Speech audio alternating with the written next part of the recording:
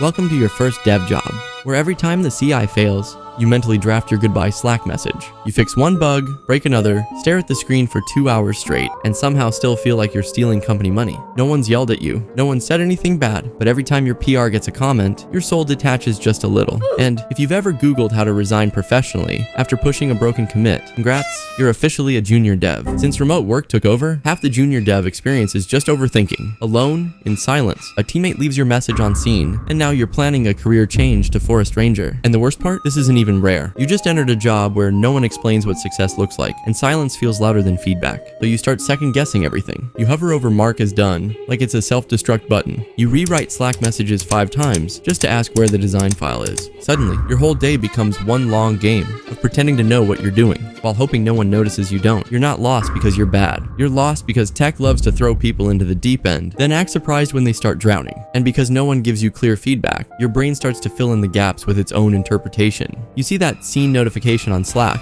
and suddenly, it feels like everyone's silently judging you. You get a code review with a simple, good start, and instantly, it feels like a half-hearted critique. And when Thursday comes and no one reaches out, you begin to wonder if HR is already preparing your exit interview. What you don't realize is that everyone else is just caught up in their own chaos. Your manager is balancing 5 different projects. Your tech lead hasn't had time to read a full message since 2020. Half the team is busy trying to fix a production bug that no one saw coming. Meanwhile, you sit there, second-guessing yourself, and you edit your commit messages over and over to make them sound more confident. The truth is, you're not failing. It's the silence that's making you feel like you are. But don't worry, I'll go over how I managed to overcome this bad junior phase, and what helped me stop spiraling every time I hit a roadblock. First things first, ask questions. I know it feels like you're going to get roasted for asking, but the truth is, asking the right questions shows you're engaged and want to learn. Remember, nobody expects you to know everything. Next, accept that silence isn't always a bad sign. You might be staring at your Slack with the seen notification taunting you, but always keep in mind, your manager has 27 other things on their plate. It's not personal. Next up, take ownership of your learning. Instead of waiting for someone to tell you how to fix the bug, try figuring it out yourself first. You'll feel a lot more confident when you can solve problems on your own. Lastly, don't overthink every little mistake.